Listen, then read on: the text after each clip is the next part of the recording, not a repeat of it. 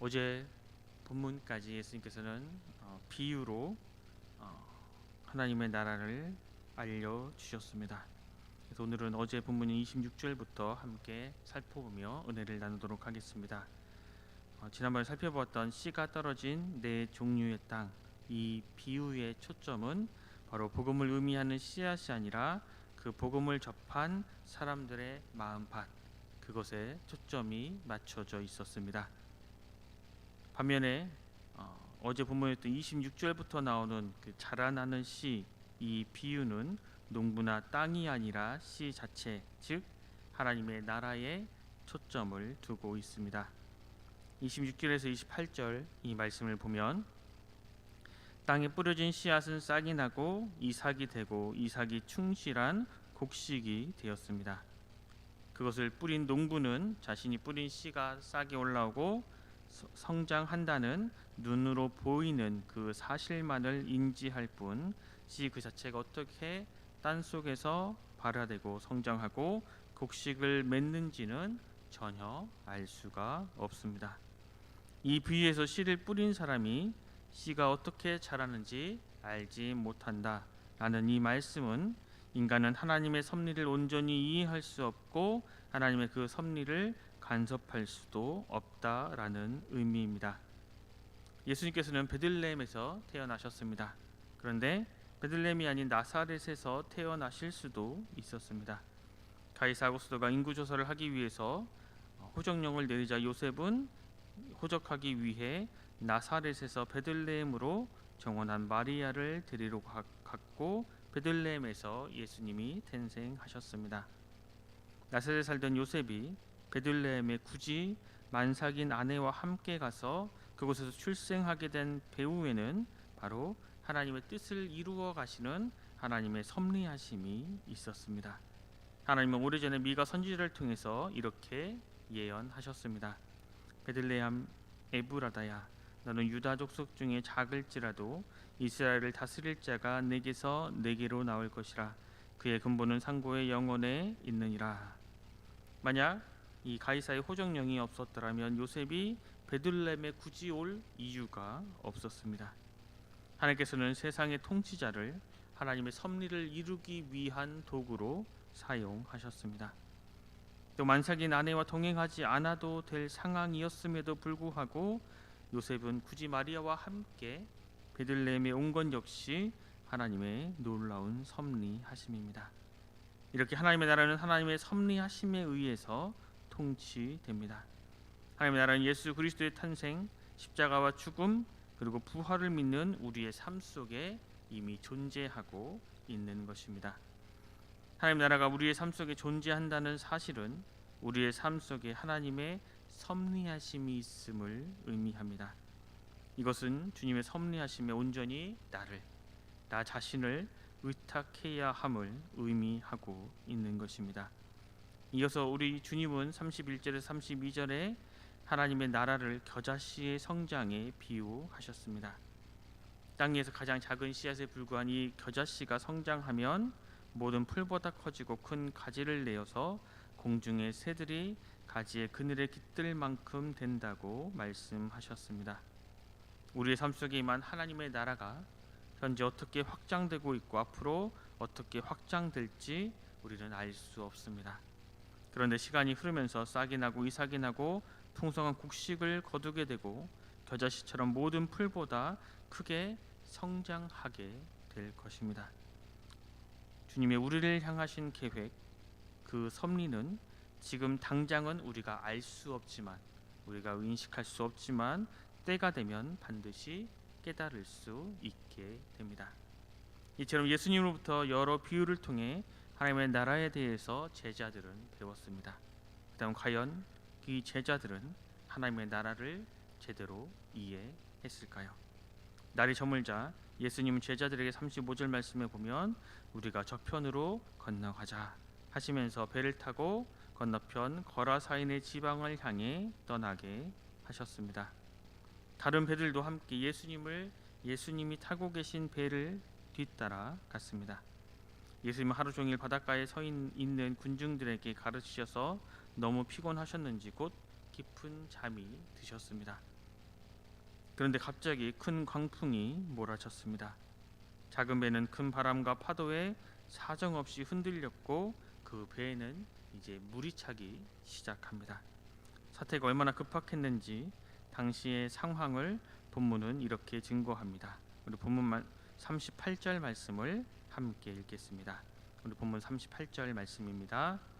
예수께서는 고물에서 베개를 베고 주무시더니 제자들이 깨우며 이르되 선생님이여 우리가 죽게 된 것을 돌보지 아니하시나이까 하니. 예수님의 제자 중에서 최소한 베드로, 안드레, 야고보, 요한, 적어도 이 네 사람은 갈릴리 이 바다에서 장뼈가 굵을 대로 굵은 어부입니다. 이 갈릴리 바다에서 산전수전 다 겪었던 베테랑 어부인 그들이 겁에 질려 깊이 잠에 드신 예수님을 힘들어 깨울 정도로 정말로 그 규모가 엄청난 광풍이었습니다. 그러자 예수님께서는 곧 일어나셔서 바람과 물결을 향해 잠잠하라, 고요하라 꾸짖으셨습니다. 그러자 놀랍게도 그 거칠게 몰아치던 바람과 물결이 잔잔해졌습니다. 그리고 예수님께서는 겁에 질려 있는 제자들에게 어찌하여 이렇게 무서워하느냐, 너희가 어찌 믿음이 없느냐 말씀하셨습니다. 거기에 잔뜩 주눅든 제자들은 고개를 숙이며 이렇게 속삭입니다. 그가 누구이기에 바람과 바다도 순종하는가. 본문을 읽으면서 이런 의문이 듭니다. 천지를 주관하시는 우리 주님은 그날 저녁에 광풍이 몰아올지 당연히 알고 계셨을 겁니다.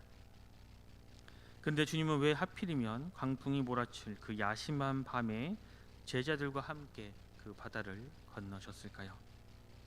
예수님께서 무리한 여정을 추진한 이유가 반드시 있으셨을 겁니다.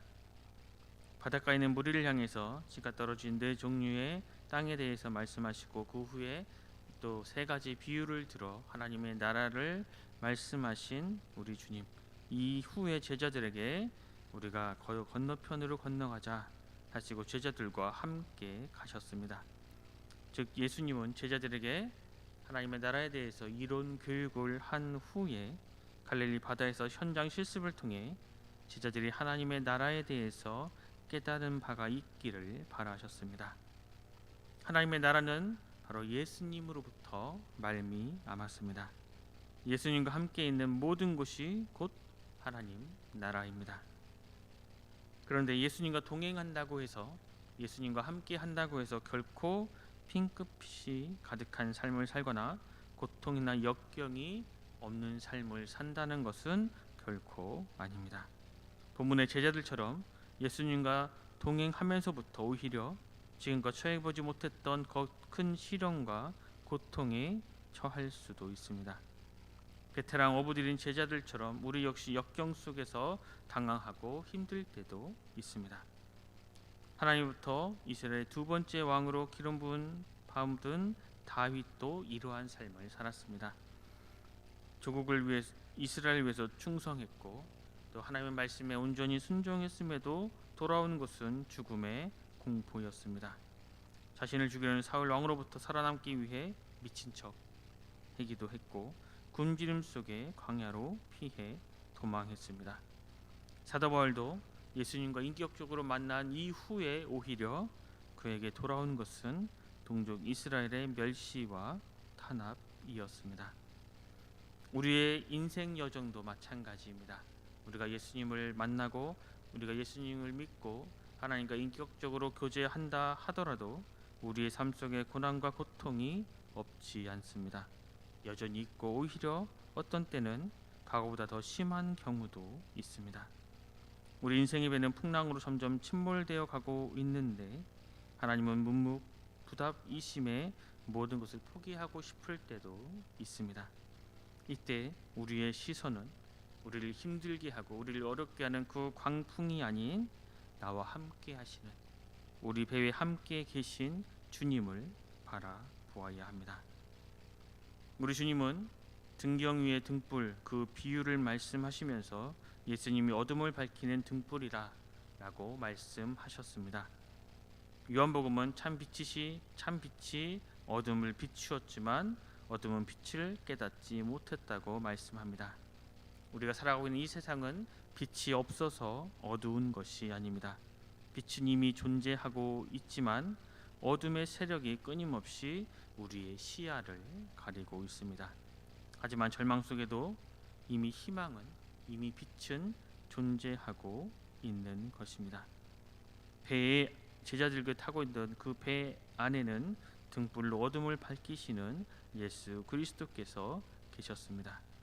풍랑을 보면 절망스럽고 죽음밖에 생각되지 않지만 예수님을 보면 희망이 생깁니다. 광풍으로 돛이 찢어지고 돛대가 끊어지고 배에 물이 차 곧 침몰할 것 같을지라도 주님과 함께 가고 있는 여정이라면 우리는 전혀 두려워할 필요가 없는 것입니다. 예수님께서 일어나시자 모든 일이 거짓말처럼 해결되었습니다. 절망과 낙담의 순간, 죽음의 공포가 돌아온 그 순간 주님을 깨우자 모든 것이 해결되었습니다. 그러나 우리가 조심해야 할 것이 있습니다. 우리가 오늘 읽은 이 본문을 문제 해결을 중심으로 본다면 우리의 신앙은 결코 성숙해질 수 없습니다. 즉 주님을 우리 문제 해결사로 믿는 그러한 믿음은 절대로 성숙하지 못하고 오히려 퇴보하게 됩니다. 본문에서 강조하고 있는 것은 문제의 해결이 아니라 예수님은 천하 만물을 주관하시는 주인이시라는 것입니다. 문제의 해결보다 중요한 것은 바로 예수 그리스도를 향한 우리의 믿음입니다. 바람이 멎고 바다가 잔잔해진 후에 우리 주님은 제자들에게 어찌하여 이렇게 무서워하느냐, 너희가 어찌 믿음이 없느냐 말씀하셨습니다. 이 믿음이라는 것은 상대방에 대한 신뢰입니다. 상대방을 신뢰한다는 것은 상대방의 말을 믿는다는 것입니다. 우리 주님께서는 바로 직전에 여러 비유를 통해 하나님의 나라에 대해서 말씀하셨습니다. 그리고 그곳에 있는 소망에 대해서 말씀하셨습니다. 그러나 제자들은 예수님이 함께 계셨음에도 불구하고 그 바다에서 죽게 될 것을 무서워하고 두려워했습니다. 풍랑이 모두 잠잠해진 이후에 제자들은 그가 누구이기에 바람과 바다도 순종하는가 이야기합니다. 이렇게 말하는 제자들의 상태를 심히 두려워했다라고 성경은 말씀합니다. 여기에서 이 두려움은 바로 예수님을 향한 경외심입니다. 바람과 파도를 단지 말씀으로만 잔잔하게 하신 예수 그리스도에 대한 새로운 깨달음이었습니다. 아직 제자들은 미완성의 단계입니다. 제자들은 예수님이 어찌 아직 믿음이 없느냐라고 한탄하실 정도로 부족합니다. 그리고 이러한 이들의 부족한 모습, 이러한 한심한 모습이 이제 우리의 실상이 아닌가 싶습니다. 하지만 그럼에도 불구하고 예수님과 동행하는 제자들과 우리는 하나님의 나라에 거하고 있습니다. 하나님의 나라와 우리의 연결고리는 바로 예수님을 향한 믿음입니다. 믿음은 우리가 어떠한 상황에 처해 있을지라도 주님의 섭리하심을 믿고 주님의 함께하심을 믿고 주님의 말씀이 반드시 이루어질 것을 믿는 것입니다. 하나님께서 우리의 이름을 부르시고 창세 전부터 우리를 택해 주셔서 우리를 생명의 길, 진리의 길로 걸어가게 해 주셨습니다. 우리는 이 사실을 온전히 믿기만 하면 됩니다. 진리와 생명의 빛으로 임하신 하나님을 온전히 믿음으로, 그렇게 그 힘으로 그 믿음으로 살아가는 우리 모두를 통해서 하나님은 지금 우리가 서 있는 곳을, 우리가 살아가고 있는 삶의 터전을 하나님의 나라로 세워가고 계십니다. 그 놀라운 역사를 우리를 통해 이루어 가고 계십니다. 이 사실을 온전히 믿음으로 하나님께서 우리에게 베풀어 주신 풍성한 은혜를 누리는 우리 순천속의 모든 성도님들 되시길 간절히 소망합니다. 기도하겠습니다. 하나님, 오늘도 우리에게 새로운 한 날을 주셔서 주님의 말씀을 듣고 묵상하며 하루를 시작하게 하시니 감사합니다. 주님, 죄로 인해서 죽었던 우리의 이름을 불러주셔서 우리의 어두운 가슴 속에 진리와 생명의 빛을 비추어 주심에 감사합니다. 또 이 진리와 생명의 빛을 통해 우리가 얼마나 추악한지를 깨닫게 해 주시니 감사합니다. 또 이러한 추악한 우리를, 죄에 빠져 허덕이는 우리를 구원해 주시기 위해 주님께서 이 땅에 오시고 고난을 받으시고 십자가에 달려 돌아가시고 또 죽음에서 부활하셨음을 우리가 믿게 하시니 감사합니다. 진리요 생명이신 주님의 빛을 이 땅에 비추는 등불로 살아갈 수 있도록 주님 은혜를 베풀어 주시옵소서. 그 등불을 끄기 위해 거짓과 죄악의 모진 광풍이 몰아친다 할지라도 두려워하거나 피하지 않고 우리의 힘이 되어 주신 주님의 섭리하심을 온전히 믿고 담대하게 맞설 수 있도록 하나님 우리와 함께 하여 주시옵소서. 하나님을 우리의 힘으로 삼는 우리의 삶 속에 이미 하나님의 나라가 도래했고 주님의 등불로 살아가는 우리의 삶 자체가 하나님의 나라라는 사실을 늘 믿고 깨어있는 주님의 자녀로 살아갈 수 있도록 주님 우리를 붙들어 주시옵소서. 주님의 섭리하심에 온전히 의탁하는 우리의 작은 순종을 통해 우리의 가정, 우리의 일터, 우리 속한 이 사회에 하나님의 나라가 확장되는 은혜를 주님 허락하여 주시옵소서. 이러한 사실을 온전히 믿고 하나님께 귀하게 쓰임받는 우리 모두가 되게 하여 주시옵소서. 모두가 감사드리며 귀하신 예수 그리스도 이름으로 간절히 기도드립니다. 아멘.